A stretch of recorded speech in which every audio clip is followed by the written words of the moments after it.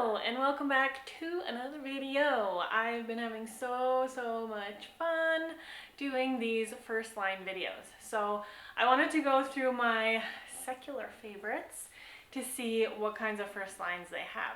So far in this little playlist I have my Tolkien collection, reading the first lines. I have my Christian fiction, reading the first line. Now I'm going to do my favorite Christian fiction. Now I'm going to do my favorite mainstream fiction. So let's just jump in without further ado. The first one is A Curse So Dark and Lonely by Bridget Kemmerer. I remember Buddy reading this one with my friend Oshina. You guys probably know her here on Booktube. She is lovely.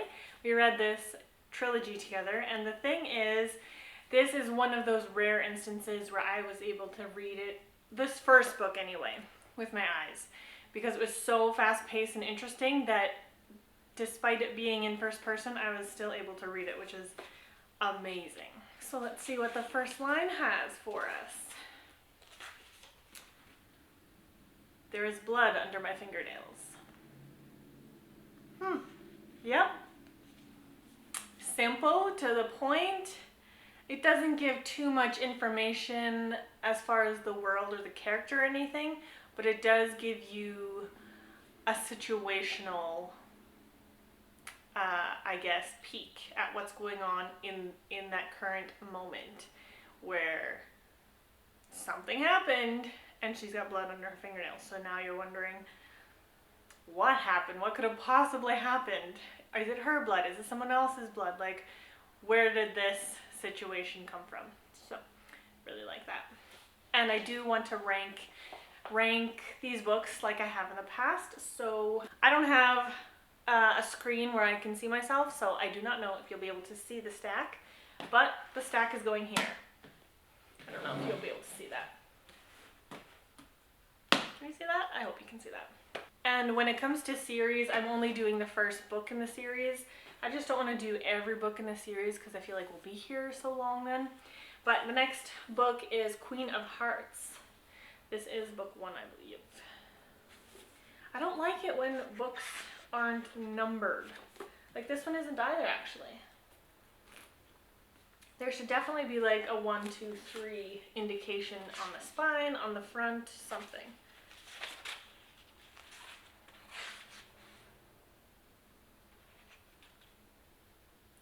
Because how would one know? I'm pretty sure this is the first in the series. Yeah, I think Blood of Wonderland is the third book. Does it say? Queen of Hearts, here it says Queen of Hearts, Blood of Wonderland, War of the Cards. Oh, War of the Cards is the third one. Okay. Anywho. Queen of Hearts by Colleen Oakes. This is an Alice's Adventures in Wonderland retelling. This one is a Beauty and the Beast retelling. I do like a good retelling. Chapter 1 says, okay, I don't love when books start off with quotes. This one does. Oh, my future queen, you're late. Harris hopped from one foot to the other, his plump face soaked with cold sweat. Nah. I guess it gives a little bit of context, like there's a queen who's not yet a queen. She will be, so she's a princess. Harris hopped from one foot to the other. Hopped is kind of a curious term, so then you're wondering, like, why is he hopping? His plump face soaked with cold sweat. Cold sweat. Is he scared? I guess it gives you some context, but I just don't like it, so it's going below. Next up is Caraval by Stephanie Garber. Again, I like this trilogy. Da-da. This is not a retelling. No, but it is just YA fantasy. Okay, this is a bit of a curious beginning simply because basically the entire first chapter is epistolary and then the second chapter starts. However, chapter 1, there's one sentence, so we're going to go with that. It took 7 years to get the letter right. I mean, I like it. It's simple. It's got you asking a few questions, like why did it take so long to write this letter? What's important about this letter? Who is this letter going to? What does it say? There's a few questions there, but it's not like immediately immersive. Like if I just were to read that first sentence, I'd be like, I don't know. What else? What else is there? Right? So yeah, I'm gonna put it in between the two that I have here. So it's going below A Curse of Dark and Lonely. Next up is the lovely Assassin's Apprentice. Ooh, I love, a little bit dusty.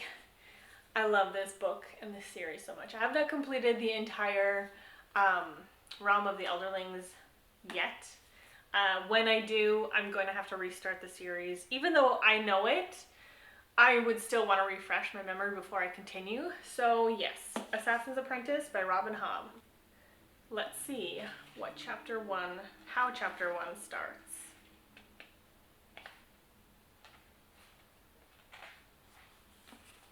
Oh, look how beautiful it is. Chapter 1.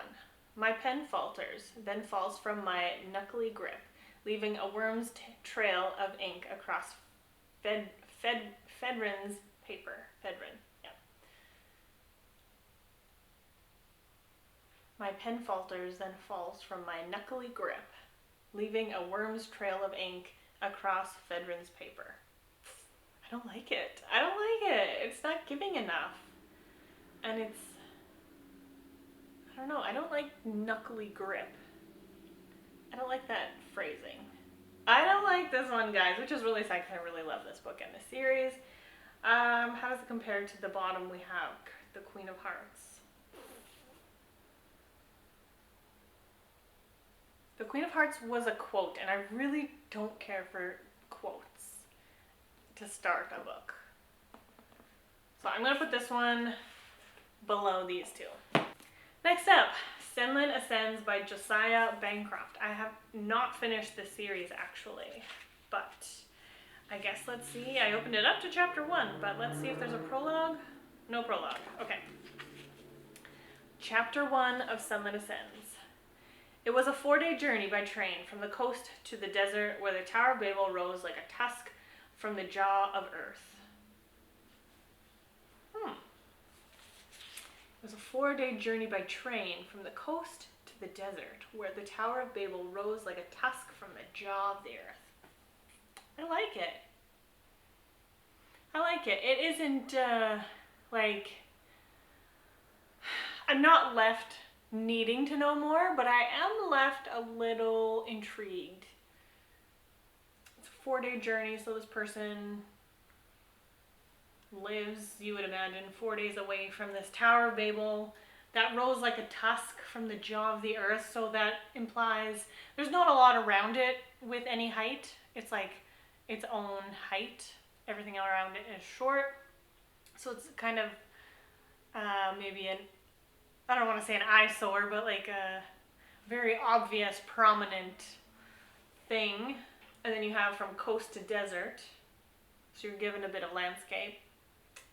I do like it. I think I'm going to put it underneath these two. We could not have a mainstream favorites from yours truly without The 7 Deaths of Evelyn Hardcastle. Oh, and P.S. November. I read this book every November. So if you're wanting to read it with me, let me know. I don't know if this one has a prologue or not. So far, none of them have. And so far, they've all been fantasy. Oh, this one doesn't either. Interesting. Okay, interesting. Day 1, chapter 1. I forget everything between footsteps. Oh, I want to read this so bad. Currently, at the time of filming this, it is mid-October, so I'm just super jazzed to jump into reading this book. I forget everything between footsteps. I've mentioned it in my previous videos that I think sometimes the first line holds more meaning once you've read the book. And I think that's the case here.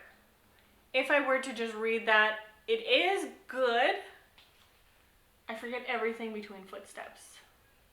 His footsteps? Someone else's footsteps? Why can't he remember anything? You know? So it's good that way, but it's even better once you know the story. How did Caraval start?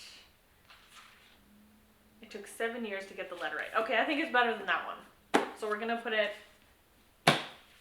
there. Next up, Scythe by Neil Shusterman. This is a science fiction. There's acknowledgements. Chapter 1. So far, no prologues. So interesting. Okay. Chapter 1 of Scythe. The Scythe arrived late on a cold November afternoon. The Scythe arrived late on a cold November afternoon. It's fine.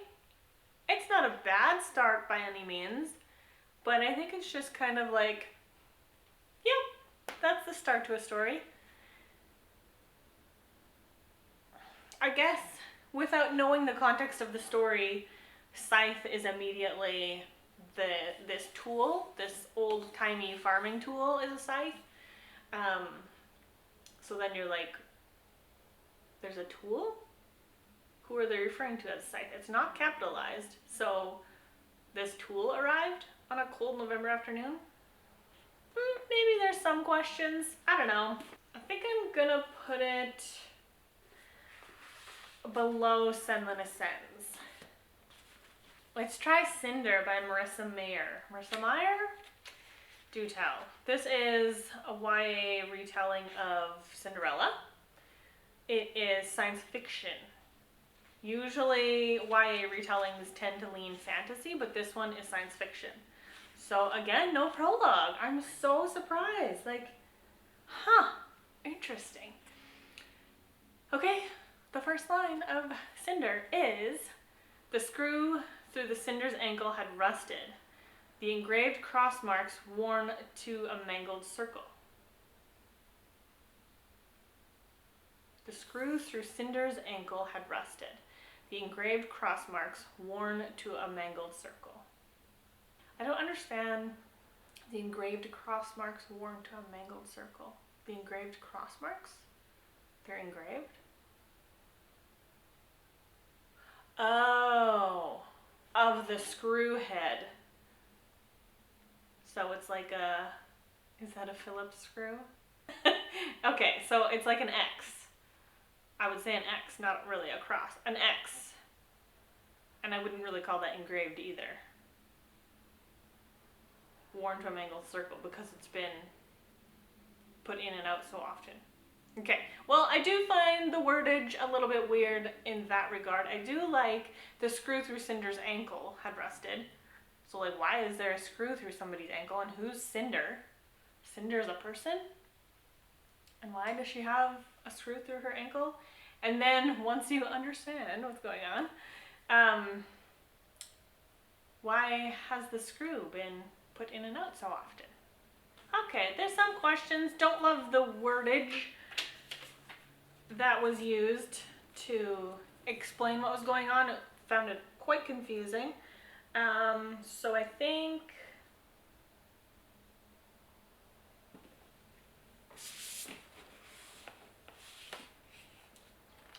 what was Assassin's Apprentice? I don't like Assassin's Apprentice being so low. My pen falters, then falls from the knuckly grip, leaving a worm's trail of ink across Fedrin's paper. I think I'm going to put this below Assassin's Apprentice. Let's go with Jurassic Park by Michael Crichton. This one, if you don't know, is science fiction about dinosaurs, but I'm sure most of you already know that. This is a book that is written very... Oh, this one has a prologue. That's written very scientifically, and yet somehow it's readable to someone like me who's not a scientific person. So it's very curious, and I think that speaks to maybe how well Michael Crichton writes. So when there's a prologue, I tend to read it and the chapter 1 first line, and I read to you the one that's more interesting, because I'm gonna out myself here.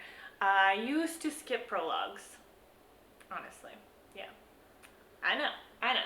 So there are people out there who skip prologues. Okay, I think because the prologue is quite a bit more atmospheric than the chapter 1. I'm going to read the prologue. The tropical rain fell in drenching sheets, hammering the corrugated roof of the clinic building, roaring down the metal gutters, splashing on the ground in a torrent. Very flowery, especially for a male author. You know you're in the tropics and you know that it's raining hard and you are in a building. I don't hate it by any means. I think I'm going to put it below Sight.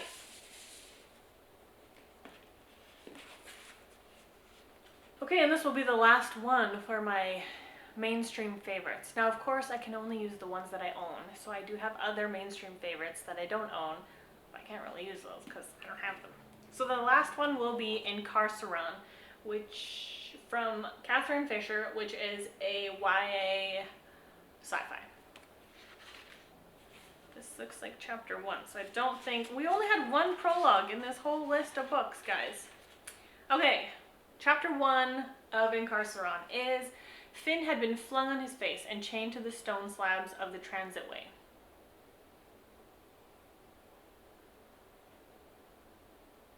So that sounds like he's been arrested. In an aggressive way. By the transitway. Okay. It's fine. Again, it's one of those that's like, okay. The story's begun. Sure. Doesn't really give a ton to go off of. Maybe I'll put it below Cinder. Okay, so I do not know if you can see this at all, but this is my order, my ranking order of my mainstream favorite books.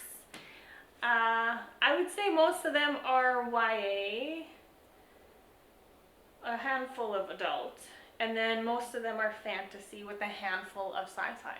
So there's that.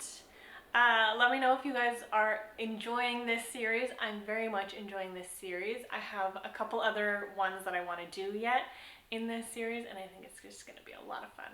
So let me know what you thought of these first sentences, or have you even read these books? What did you think of these books? Let's just chat in the comments below. Thank you so much for watching. I hope you have a lovely day, and I will see you in whatever comes next. Bye!